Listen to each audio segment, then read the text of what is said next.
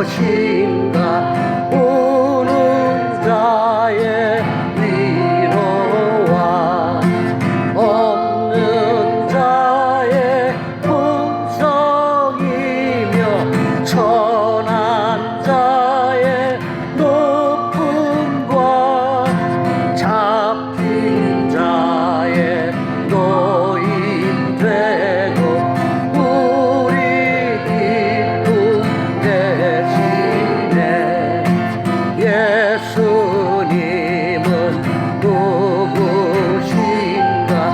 약한 자의 당함과 눈먼 자의 빛이시며 병든 자의 고침과 죽은 자의 부활되고 우리 생명 대신에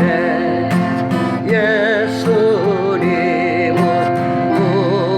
누구신가 추한 자의 정함과 죽은 자의 생명이며 죄인들의 중보와 묘한 자의 구원되 우리 평화 대신에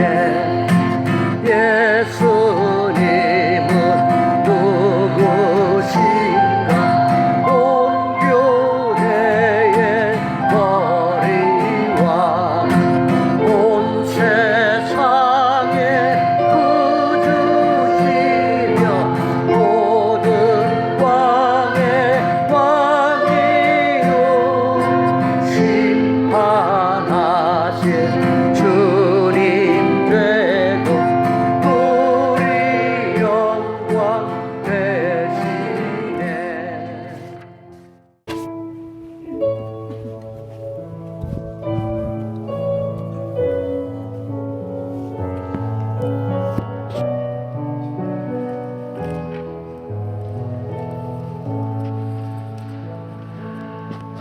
주일에 오신 여러분들을 주님의 이름으로 환영합니다. 다 같이 묵상하는 기도 함께 하시겠습니다.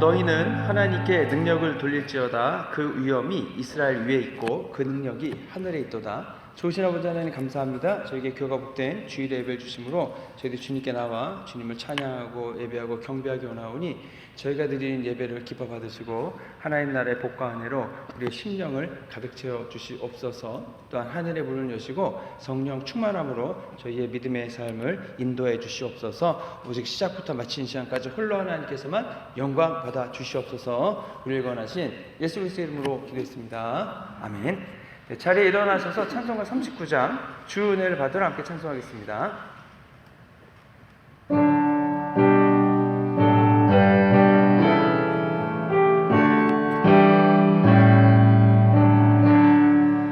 주 은혜를 받으러 모인 성도들 주 크신 뜻 깨닫게 하옵소서. 내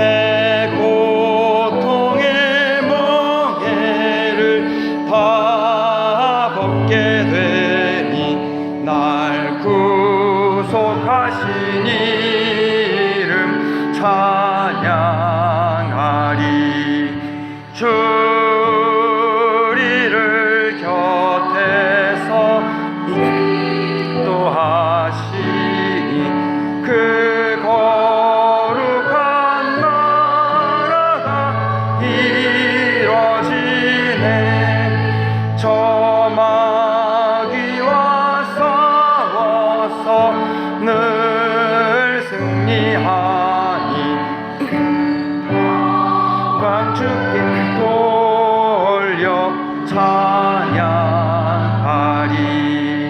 주 우리의 방패와 장검 되시니 나 승리의 주님을 따릅니다. 큰 환난을 당할 때 늘 도우시니 승전가 높이 불러 찬양하리.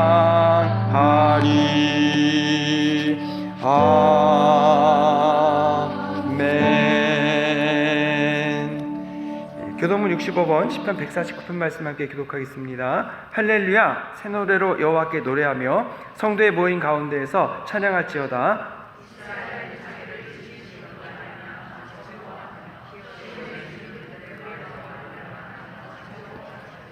춤추며 그의 이름을 찬양하며 소고와 수금으로 그를 찬양할지어다.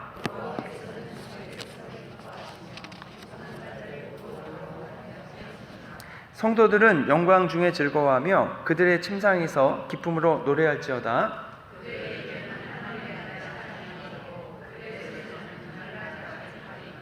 이것으로 문 나라에 보수하며 민족들을 벌하며 함께 읽겠습니다. 기록한 판결대로 그들에게 시행할지로다. 이런 영광은 그의 모든 성도에게 있었다. 할렐루야. 아멘.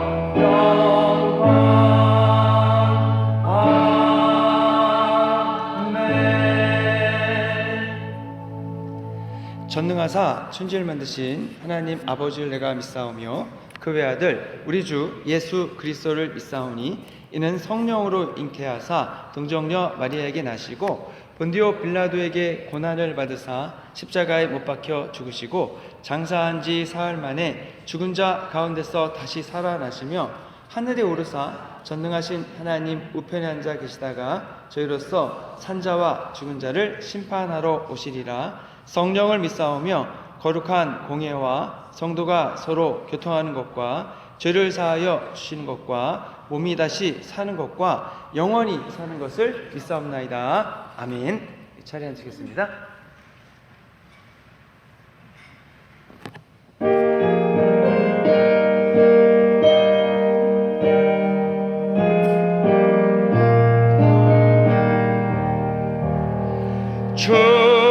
주님께 영광 다시 사신 주 사망 권세 모두 이기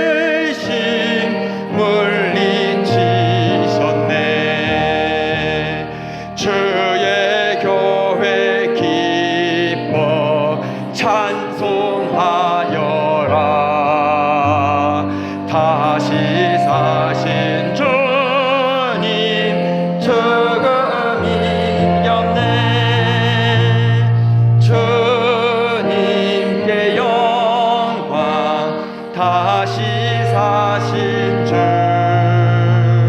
사망 권세 모두 이기시었네.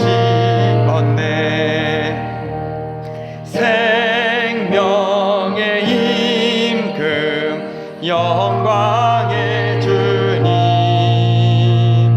주님 없는 삶은 헛될 뿐이라. 주의 사랑으로 세상 이기고 요단 건너 본향 가게 하소서.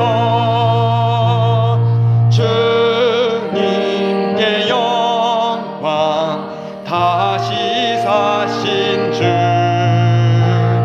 사망 권세 모두 이기시었네.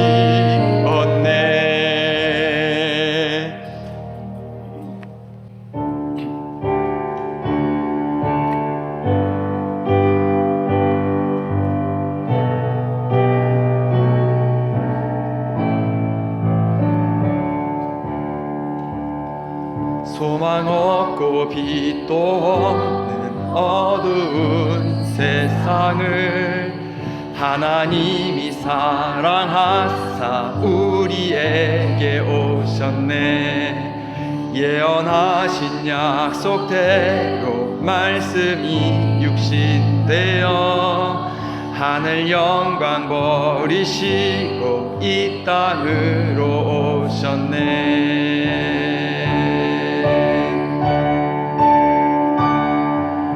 찬양하세 우리 주 삼위일체 하나님, 지극히 높으신 주 영원토록 찬양합니다.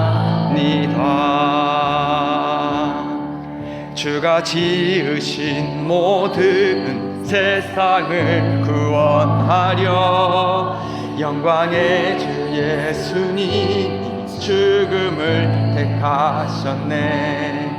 그 고통 속에서도 주의 뜻 기억하사 길을 잃은 우리를 위해 십자가를 지셨네.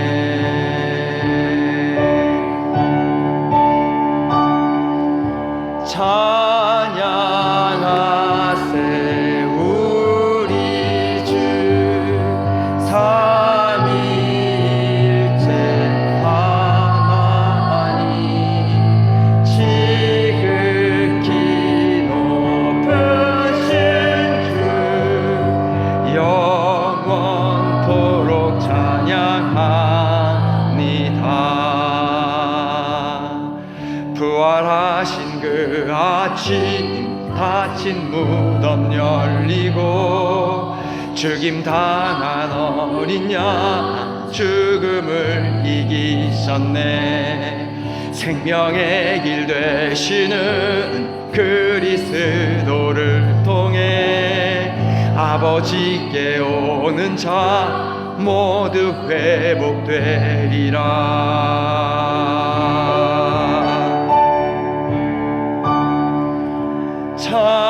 찬양하세 우리 주 삼위일체 하나님, 지극히 높으신 주 영원토록 찬양합니다.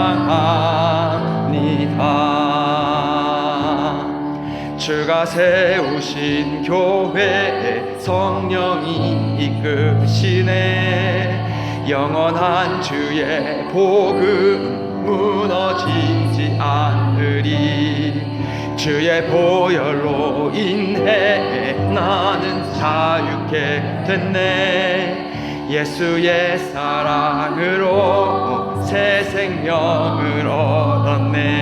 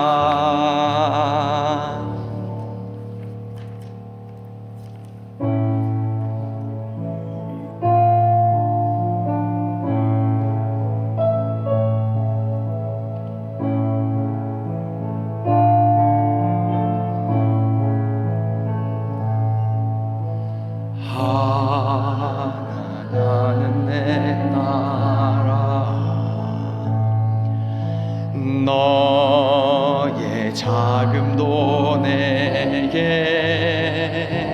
귀하다. 너와 함께 걸어가는 모든 시간이 내게 힘이라. 사랑하는 아들아, 내 연약함도 내게 금이라. 너로 인해 잃어버린 나의 양들이 돌아오리라.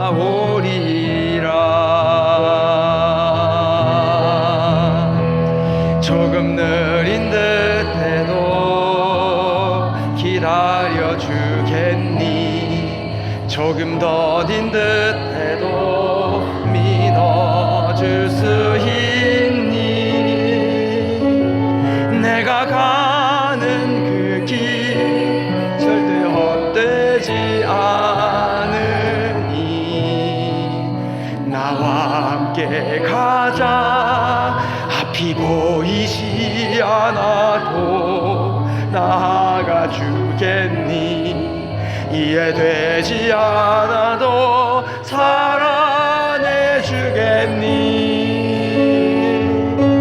너의 눈물의 기도 잊지 않고 있으니 나의 열심으로 이루리라.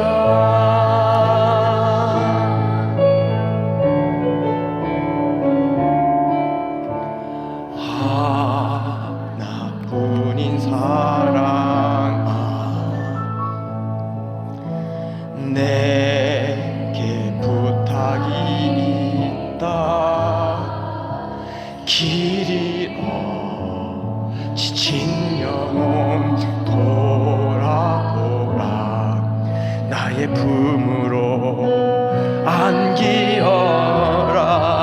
조금 느린 듯해도 기다려 주겠니? 조금 더딘 듯해도 믿어줄 수 있니? 내가 가는 그 길 결코 헛되지 않으니 나와 함께 가자.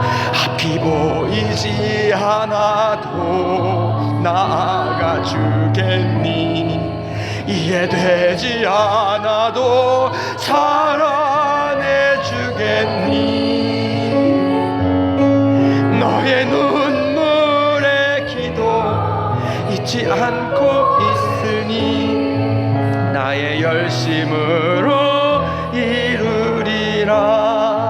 조금 느린 듯해도 기다려 주겠니?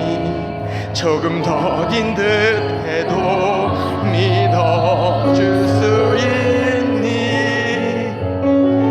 내가 가는 그 길 절대 헛되지 않으니 나와 함께 가자. 앞이 보이지 않아도 나아가 주겠니?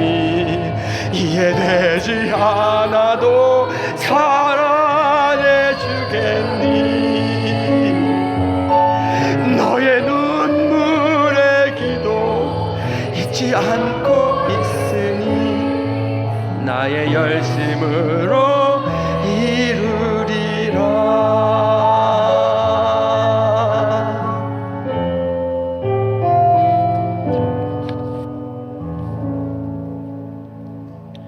네, 저희를 대표해서 이동호 권사님께서 기도해 주시겠습니다. 이 우주 만물을 창조하시고 그 안에 있는 생명들을 창조하신 유일하신 참 하나님 아버지, 감사합니다. 아버지의 이름이 거룩히 여김을 받으시오며 아버지의 나라가 모든 사람들 안에 임하셔서 함께하여 주시고 그들을 다스려 주옵소서. 아버지의 뜻이 하늘에서 이루어진 것 같이 이 땅에서 저희들을 통해서 이루어지이다. 아버지께서 저희에게 날마다 그날 일용할 양식을 주옵시고 우리가 우리에게 빚진 자를 탕감해 주듯 아버지께서 값없이 저희의 죄를 용서하여 주심을 감사드립니다. 아버지의 사랑하시는 독생자 예수 그리스도를 이 세상에 보내주셔서 저를 포함한 모든 사람들의 죄값을 대신하여 예수 그리스도께서 저희들 대신 십자가에서 고난을 받으시고 저희들 대신 피를 흘리시고 저희들 대신 죽으신 그 놀라우신 은혜로 아버지께서 이미 인간들을 죄악으로부터 구원하셨음을 고백하고 선포합니다. 무한하신 사랑과 자비와 은혜의 아버지께 감사드리며 그러나 아직까지 예수 그리스도를 개인적으로 구세주로 영접하지 못하고 있는 많은 사람들 있사옵니다. 아버지, 그들도 하루빨리 자신이 죄인임을 회개하고 예수 그리스도를 구세주로 영접하고 아버지의 영으로 변화되는 역사가 일어날 수 있도록 한 사람 한 사람에게 은혜 내려주시고 그들 축복하여 주시기를 간절히 바라옵나이다. 저희의 어린 자녀들 세상에서 공부하고 일할 때 세상의 것들을 쫓아가지 말고 유일하신 참 하나님을 경외하는 것이 모든 지식의 근본임을 깨달아 아버지를 경외하고 아버지를 영과 진리로 찬양하고 예배하면서 자신들이 있는 곳에서 아버지를 예배하고 찬양할 수 있도록 그들 삶 속에서 산 제사를 드릴 수 있도록 그들과 함께 하여 주시기를 간절히 바라옵니다. 이 시간 예배에 참석하지 못한 많은 사람들이 있습니다.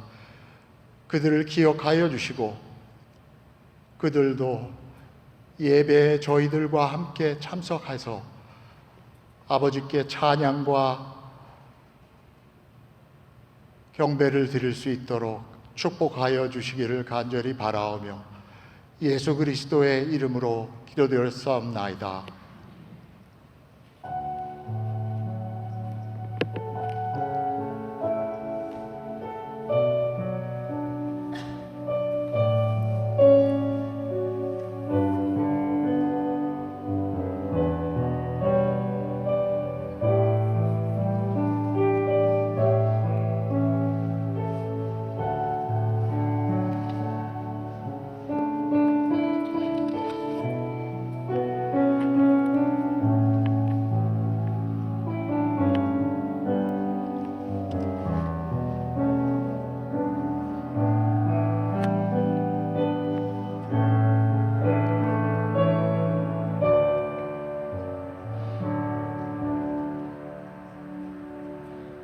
오늘 나누실 하나님 말씀은 사도행전 22장 1절부터 15절 말씀입니다. 자리에 일어나셔서 한 절씩 나누어 읽도록 하겠습니다. 부형들아, 내가 지금 여러분 앞에서 변명하는 말을 들으라.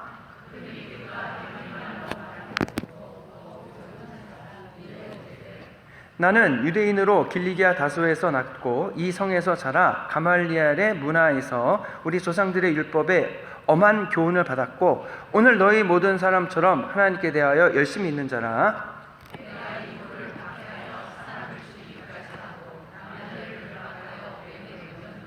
이에 대제사장과 모든 장로들이 내 증인이라. 또 내가 그들에게서 다메섹 형제들에게 가는 공문을 받아가지고 거기 있는 자들도 결박하여 예루살렘으로 끌어다가 형벌받게 하려고 가더니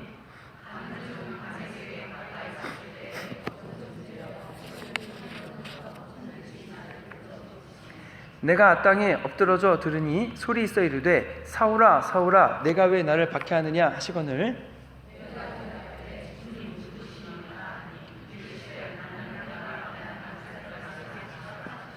나와 함께 있는 사람들이 빛은 보면서도 나에게 말씀하시는 이의 소리는 듣지 못하더라.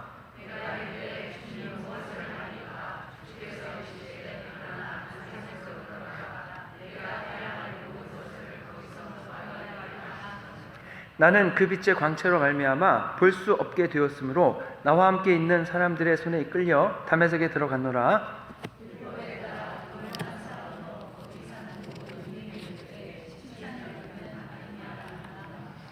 내게 와 곁에 서서 말하되 형제 사울아 다시 보라 하거늘 즉시 그를 쳐다보았노라.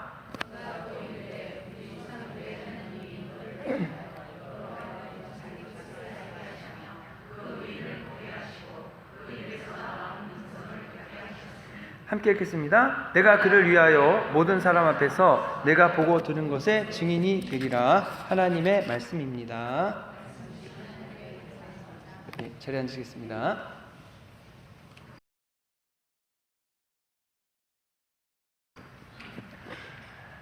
예수님을 안 믿던 분들이 예수님을 믿는 것은 사실 저는 기적 중에 기적이라고 봅니다. 많은 경우 예수님을 안 믿던 분들은 정말로 예수님을 안 믿기로 작정하신 분입니다. 그러니까 대놓고 안 믿겠다 이렇게 선포하시는 분들이 많습니다. 또 다른 분들은 예수 믿는 것에 아무 관심이 없습니다. 그냥 무관심한 거죠. 예수를 믿던 안 믿던 나랑은 상관이 없는 일입니다. 나는 내 삶을 사는 거죠. 근데 그런 분들이 예수님을 믿게 되었다는 것은 놀라운 일이 됩니다. 전에도 말씀드린 것처럼 예수님이 정말 살아 계셔서 지금도 역사하시지 않는다면 저는 이러한 일이 일어날 수 없다라고 봅니다.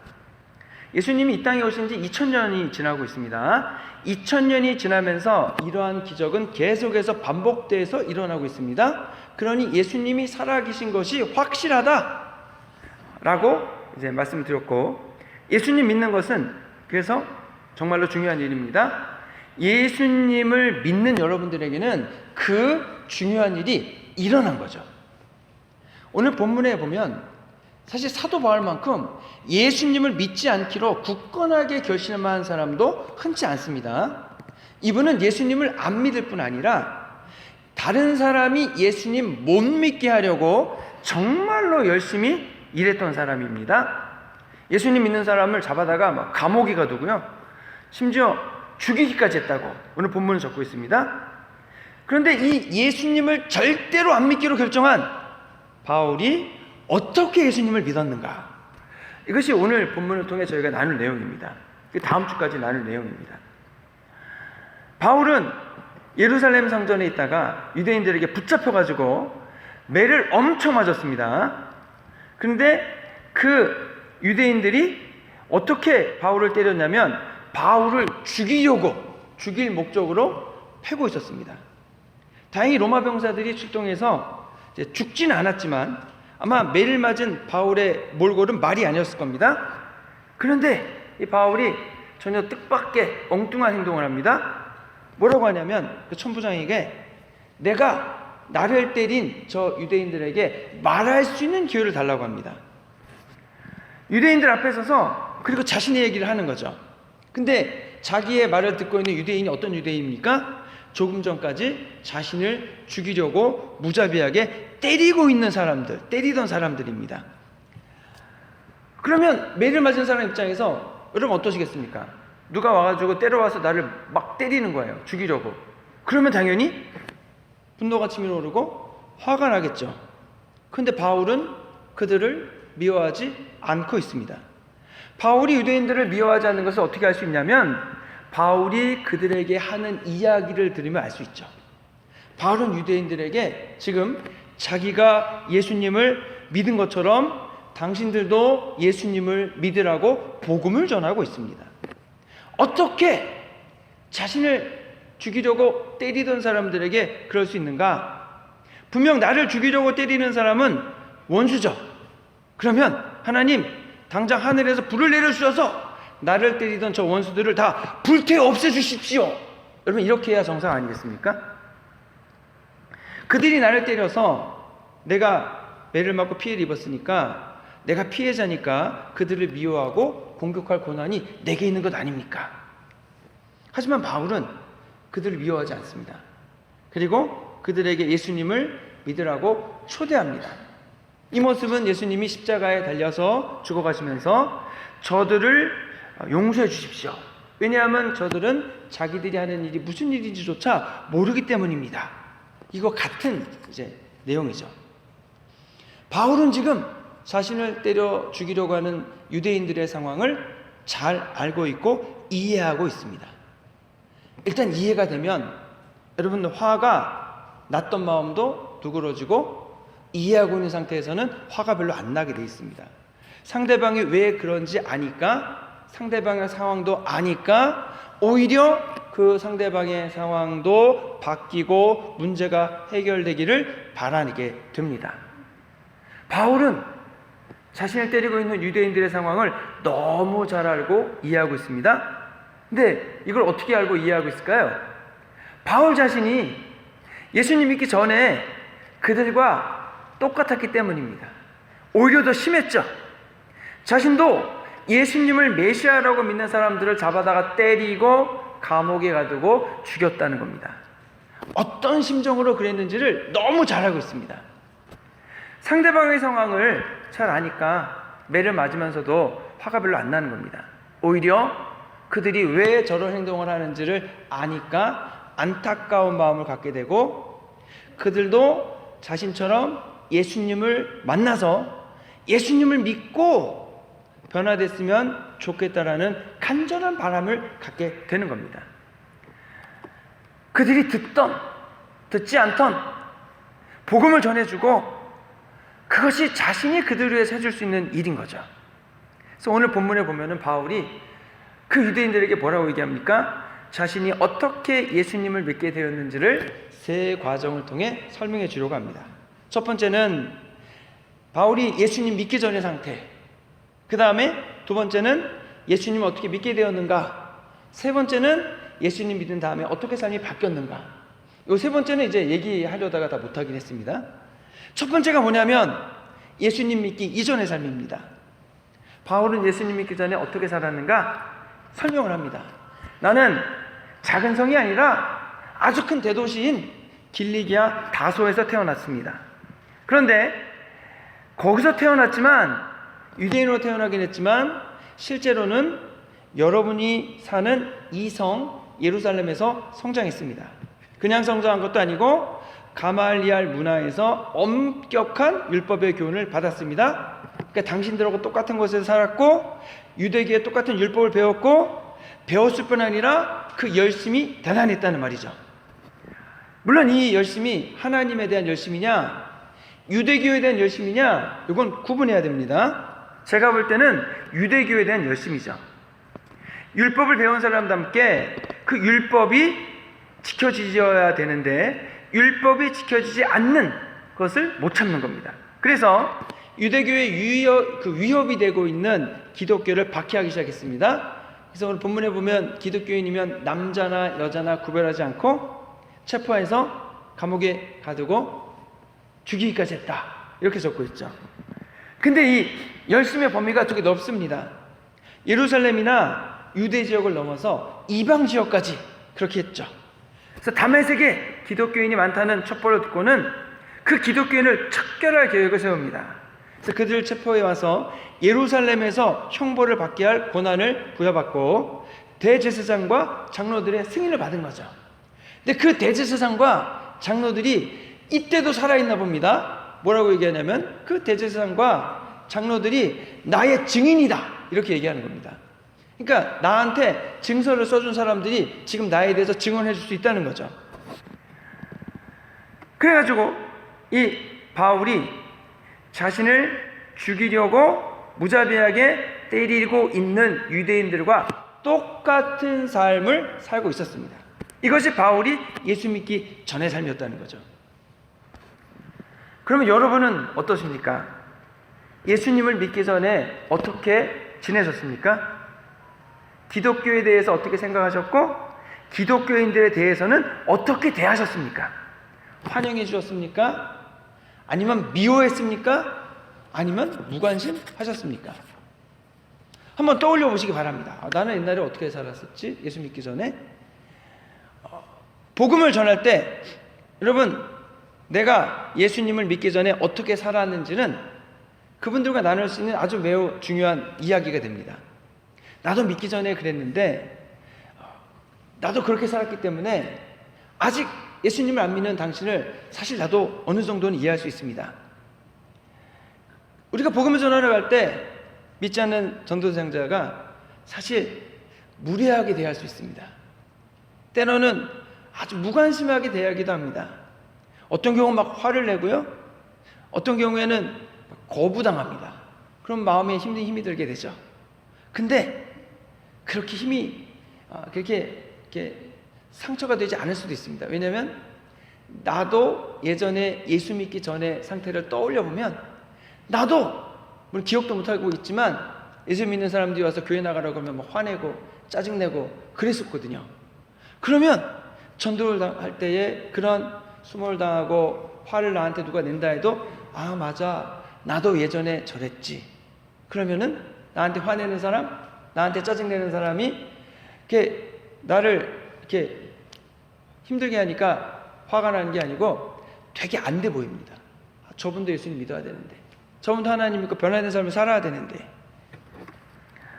그리고 어떤 분은 아무리 전해도요, 도무지, 그러니까 속된 말로 이렇게 바늘로 찔러도 뭐 이렇게 피 한 방울 안 나고 이렇게 앉아도 풀 한 폭이 안 나갈 것 같은 분들이 있거든요. 안 바뀌어요. 안 받아들여요. 그래도 여러분 실망하지 않게 됩니다. 왜냐하면 나도 믿는데 정말 오래 걸렸거든요.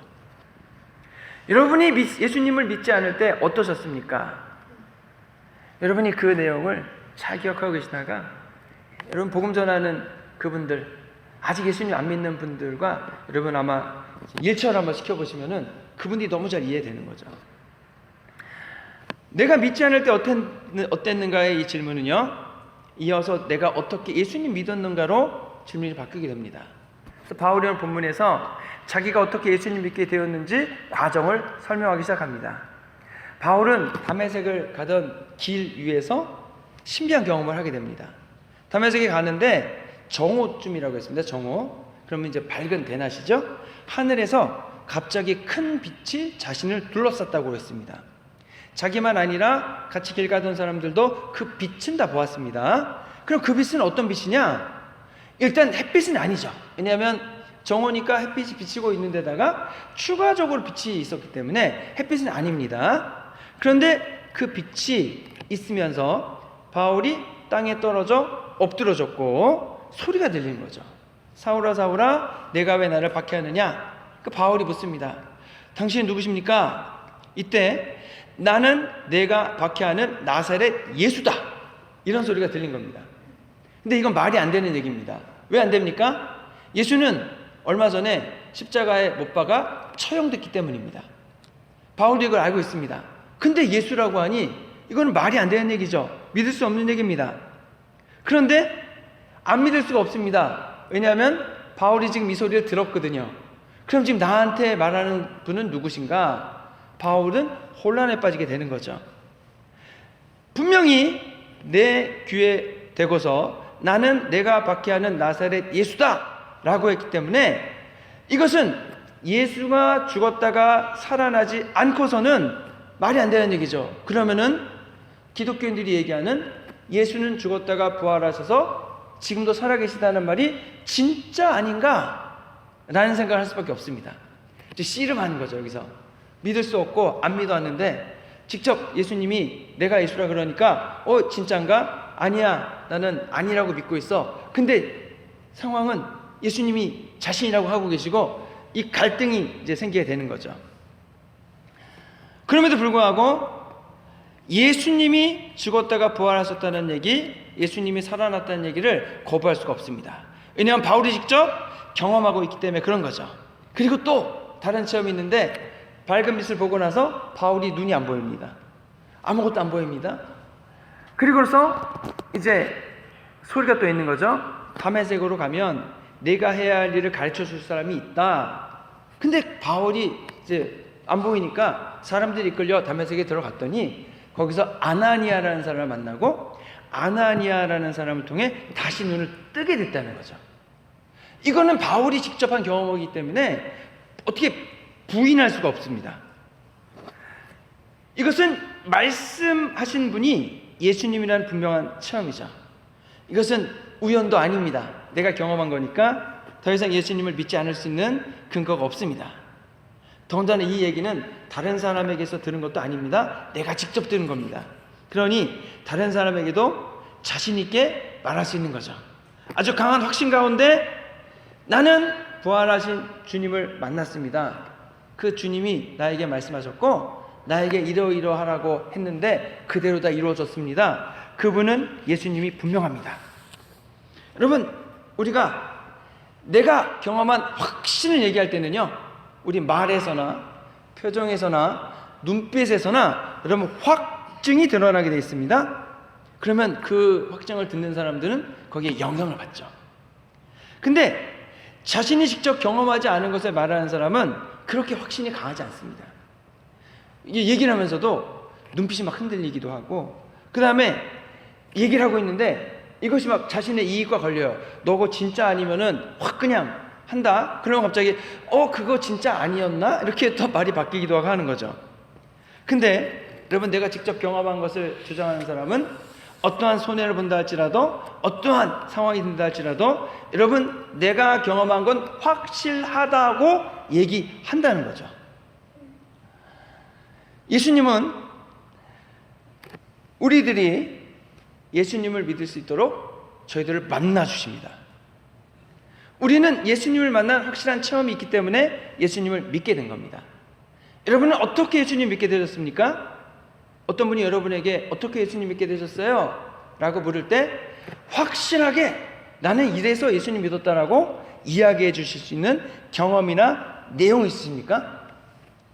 모태인 신앙이신 분들은 이제 교회에서 계속 자랐기 때문에 이러한 확신이 없이 예수님 믿은 분들이 많아서, 요건 이제 다음 시간에 이제 이어서 말씀을 드릴 건데, 예수님 믿고 나의 변화된 삶을 얘기해 주시면 되는 거고요. 모태신앙이 아니신 분들의 경우는요, 예수님을 믿게 된 강력한 계기나 경험이 있는 경우가 많습니다. 여러분, 예수님을 만난 이야기는 아주 강력하게 복음을 전할 수 있는 기회를 가져다 줍니다. 베드로전서 3장 15절을 보면 여러분의 소망에 관하여 묻는 사람들에게 대답해 줄 말을 준비해 두십시오. 이렇게 얘기하는 거죠. 내가 가지고 있는 소망이 무엇인가? 난 어떻게 예수님 믿게 되었는가? 그걸 잘 준비해 놨다가 여러분 필요한 분에게 전해줘야 됩니다. 근데 이걸 준비해 놓지 않으면 여러분 막상 그 상황에 가면은요, 갑자기 그냥 말이 엉키게 되고 생각이 나지 않고 그냥 기회를 놓칠 수 있습니다. 근데 그걸 준비해 놓은 사람은 어떻게 되겠습니까? 기회가 딱 됐을 때 차근차근 잘 내가 어떻게 예수님 믿게 되었는지를 설명해 주는 거죠. 여러분, 내가 예수님 믿지 않는 분들에게 나의 예수님 믿은 이야기를 해줄 수 있습니다. 내가 예수님 믿고 어떻게 변화되었는지, 그리고 지금 어떻게 변화되어 가고 있는지 여정을 전해줄 수 있습니다. 왜냐하면 그러한 변화는요, 나에게도 필요한 변화지만 우리가 복음을 전해줘야 된 그분들에게도 필요한 변화이기 때문입니다. 여러분, 대한민국에서 가장 예수님 안 믿을 것 같은 분 1위가 예전에 그 초대 문화부 장관 하신 이어령 교수님 같은 분일 겁니다. 그분은 절대로 예수님을 믿지 않는 무신론자셨죠. 근데 그런 분이 나중에 예수님 믿고 예수님 믿으라고 복음을 전하셨습니다. 어떻게 이분이 예수님 믿게 되었는가? 여러분, 이어령 교수님 같은 분은 예수님을 믿을 이유도 없었고요, 예수님을 믿을 필요도 없는 분입니다. 왜냐하면 부족한 곳이 없어요. 석학에다가 초대 문화부 장관을 하시겠다 하셨고, 그 다음에 뭐 넉넉하시고 뭐 그런 거죠. 학식도 뛰어나고 자녀분들도 잘 되고 뭐 예수님 믿을 필요가 뭐 있습니까? 그런데 그분이 어느 날 따님에게서 연락을 받습니다. 따님이 미국에서 판사라고 계셨는데, 아버지, 제가 눈이 잘 보이지 않기 시작했습니다. 시력을 잃어가고 있는 겁니다. 이분이 딸의 시력을 고쳐주기 위해서 다 해보지 않았겠습니까? 그런데도 시력을 잃어가는 딸을 위해서 해줄 수 있는 게 아무것도 없었습니다. 근데 이 따님이 따님은 예수님을 아주 잘 믿었거든요. 그래서 이 교수님이 하나님께 기도를 했답니다. 하나님, 시력을 잃어가는 딸이 다시 볼 수 있게 해주시면 제가 기독교인이 되겠습니다. 그런데 정말로 병원에서는 시력을 회복할 방법이 없다 그랬는데 따님의 시력이 회복됐대요. 그래가지고 교수님이 대단히 당황하셨답니다. 아, 내가 이제 빠져나갈 수 없겠구나. 하나님이 정말 계시구나. 그리고 정작 중요한 것은 내가 내 힘과 능력으로 할 수 없는 일들이 있구나. 이걸 인정하기 어려운 거죠. 이걸 인정하는 순간 내가 내 삶의 모든 것을 담당할 수 있는 그러한 전지전능한 하나님의 자리에서 내려와야 되는 겁니다. 그럼 이제 내 힘으로 해결할 수 없으니까 도움이 어디서 와야 됩니까? 밖에서 와야 됩니다. 밖에서 오는 도움을 받는 순간 나는 더 이상 신이 아닌 거죠. 나는 외부의 도움을 받아야 되는 이제 작은 존재가 되는 겁니다. 사람들은 이걸 인정하기를 너무 싫어합니다. 다 내 마음대로 돼야 되고, 내가 하고 싶은 대로 돼야 되고, 내가 다 결정해야 되고, 내가 다 모든 것을 주관해야 되는 거죠. 그래가지고 내가 내 주먹을 믿지, 이 말이 여러분 별거 아닌 말 같지만 이 모든 걸 다 담고 있는 말이라고 하는 거죠. 근데 드디어 내 힘을 안 되는 게 있으니까 하나님이 내 딸의 눈을 다시 보게 해주시면 하나님을 믿겠습니다. 근데 진짜 하나님이 그 눈을 보게 해주셨으니까 이제 안 믿을 수가 없는 거죠. 여러분, 우리가 살아가면서 내가 모든 것을 다 할 수 있는 힘과 능력이 있다면 하나님을 믿을 필요가 없습니다. 그런데 인정하지 않을 수 없는 것, 내 힘으로 능력으로 안 되는 것이 있다는 것, 그 상황에서 무기력함과 비참함 속에서 비로소 하나님 앞에 무릎을 꿇게 되는 겁니다. 내 힘과 능력으로 해결 안 되는 문제들이 있다는 것을 깨닫고 인정하는 겁니다. 아, 그러니 이 문제를 해결해 줄 외부의 도움, 하나님께 도와주십사 간구하는 거고, 하나님 앞에 꼿꼿이 고개를 들고 있다가 안 믿습니다, 나는 관심 없습니다, 둘 다 똑같습니다, 하나님 앞에 필요 없다고 꼿꼿이 고개를 들다가 비로소 겸손하게 고개를 숙이게 되는 거고 하나님 앞에 나오게 되는 겁니다. 그래서 여러분, 보지 않고 믿는 자가 복이 있다고, 이런 걸 경험하지 않고 그 전에 지혜롭게 하나님을 인정하고 믿는 것이 훨씬 지혜롭다고 하는 거죠. 인생에 어려움 없이 하나님께 나오는 분들이 너무나 귀한 반면에 이게 너무나 힘들다고 하는 겁니다. 저는 이것이 인간의 교만한 증거라고 보고요. 이 교만함이 언제 깨지는가? 내 힘과 능력으로 안 되는 일들을 만날 때 깨지게 되는 겁니다. 그래서 인간은 누구나 참 한계가 많은 존재다라고 하는 거죠. 그냥 하나님을 인정하고 내가 아닌 외부의 도움을 구하면 되는데 그걸 안 합니다. 사람들이 그래서 예수님을 믿는 데는요, 정말로 다양한 이유들이 있고요, 다양한 계기들이 있습니다. 각각의 회심에는, 예수님 믿는 사연에는 다 의미가 있고, 이 모든 이야기들이 각각 다 복음을 전하는데 귀하게 쓰이게 되죠. 강력한 증거가 됩니다. 어떤 분은요, 완전한 무신론자였답니다. 하나님 안 믿는 거죠. 기독교 교리, 하나님이 인간이 되고 죽은 사람이 살아나고 말이 되냐? 안 된다. 근데 보니까 기독교의 윤리는 그래도 좀 긍정적이더래요. 기독교 윤리를 보니까 기독교의 윤리대로 살면은 좀 그래도 건전한 삶을 살겠구나. 그래서 기독교는 거부했지만, 믿기는 거부했지만 기독교인들의 삶은 존중했답니다. 주변에 이제 기독교인들이 그래도 윤리적으로 아주 잘 살고 있는 거죠. 근데 이분이 시간이 지나고 나이가 먹으면서 자기가 신봉했던 철학, 그 철학의 사조들을 가지고 자기 삶에 적용해서 윤리적으로 열심히 살아보려고 했답니다. 그런데 살아보려고 열심히 노력하는 만큼 내 안에 윤리적으로 살지 않으려는 내가 있답니다. 그래가지고 술 마시고 여자친구 사귀고 뭐 하는데 이거는 윤리적으로 하면 안 되는 일들인데 자기는 그렇게 살고 있다는 거죠. 그러면서 비로소 깨닫는 겁니다. 내가 원하는 삶은 윤리적이었지만 실제 삶은 너무나도 세속적이었다. 근데 그 말은 무슨 말입니까? 내 안에는 윤리를 신봉하고 윤리를 따르려는 마음이 있지만 윤리적으로 살 수 있는 능력은 없구나. 아, 내 안에는 나를 윤리적으로 살 수 있게 하는 그러한 무언가가 없구나. 나는 대단히 비참한 존재구나. 이걸 깨달았다 그럽니다. 그리고 인정하는 거죠. 더 이상 내 안에는 내가 선하고 도덕적으로 살 수 있는 그런 존재가 아니다. 그런 힘과 능력이 없다. 그러면 내가 도덕적으로 선한 존재로 살 수 있기 위해서 필요한 능력은 어디서 와야 되는가? 그럼 내 안에 없으면 어디서 와야 됩니까? 밖에서 들어와야 되는 거죠. 그래서 이거를 받아들였습니다. 그리고 교회 가서 기독교의 기본적인 내용들을 배우기 시작했습니다. 예수님은 누구시며 어떻게 그분을 알 수 있으며 성경의 내용과 목적은 무엇이며 그리고 어떻게 그 윤리적으로 살 수 있는 힘과 능력을 얻는가. 그분은 예수님을 따르기로 결정했고 윤리적인 삶을 살 수 있는 힘과 능력을 얻었고 수십 년이 지나는 동안 한 번도 예수님 믿은 것을 후회하지 않았다라고 증거를 했습니다. 여러분, 다른 사람들이 믿었던 이 이야기가 나랑 무슨 상관이 있겠습니까? 아무 상관이 없다라고 생각할 수도 있지만 여러분, 대단히 깊은 상관이 있습니다. 사람은 보니까 누구나 다 비슷비슷합니다. 다른 사람에게 필요한 것은 나에게도 필요하고 나에게 필요한 것들은 다른 사람들에게도 필요한 것입니다.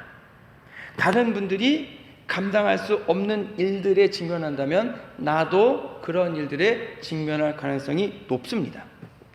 다른 사람들이 그런 일을 직면해서 도움을 받았다면 나도 그런 어려움이 있을 때 같은 도움을 받을 수 있게 됩니다. 인생은 내 힘과 능력으로 다 감당되지를 못합니다. 내가 원하는 삶을 살려고 내가 나를 아무리 바꾸려고 해도 바꿔지지 않습니다. 그 말은 내 안에는 그 문제를 해결할 힘과 능력이 없다는 겁니다. 이것을 빨리 인정하면 인정할수록 좋습니다. 그리고 그 문제를 해결할 수 있는 힘과 능력은 외부에서부터 들어와야 되니까 그 곳에 가서 도움을 요청해야 됩니다. 바울을 만나주신 예수님께서 나를 만나주시고 바울을 변화시킨 예수님께서 나도 변화시켜 주십니다. 나를 만나주시고 구원해 주신 주님께서 내가 복음을 전하려고 하는 그분들을 만나주시고 그분들을 도와주실 수 있습니다. 내가 예수님 만나기 전에 생활이 어땠는가? 나는 어떻게 예수님을 만났는가? 여러분, 전도하려고 하는 그분들의 지금 삶이 내가 예수님 믿기 전의 삶과 어떻습니까? 비슷합니까? 다릅니까? 여러분, 걱정하지 마시고 나를 만나서 구원해 주신 주님께서 내가 전도하고자 하는 그분들도 만나서 구원해 주실 줄로 믿습니다. 내가 예수님을 만나 구원받았던 그 놀라운 경험의 이야기들 잘 정리해서 전해주심을 통해 주님이 복음의 문을 여시고 복음으로 초대하시고 구원하시는 그 놀라운 일에 쓰임받는 저와 여러분 되시기를 주님의 이름으로 축원합니다. 기도하겠습니다. 좋으신 아버지 하나님, 예수님 믿지 않고 거부하고 무관심하였던 나를 불러주시고 마음을 돌이킬 수 있도록 성령님 역사해 주시고 죄를 고백하고 죄 용서함 받고 예수님 믿고 하나님 자녀가 되게 하심을 감사합니다. 우리 주변에도 나와 같이 예수님 안 믿었던 나와 같이 예수님 안 믿고 있는 분들 하나님 많이 있습니다. 그분들 찾아가서 복음을 전할 때 그분들의 마음도 열어주시고 그분들의 마음도 변화시켜 주시고 내가 할 수 없는 일들을 이룰 수 있는 힘을 공급하여 주시옵소서. 그래야 그분들도 부활하신 주님을 만나고 주님의 음성을 듣고 예수님이 살아계심을 두 눈으로 경험하고 주님께 나와 구원 얻는 역사가 일어나게 하옵소서. 예수님의 이름으로 기도했습니다. 아멘. 예, 준비하신 예물을 주님께 드리겠습니다.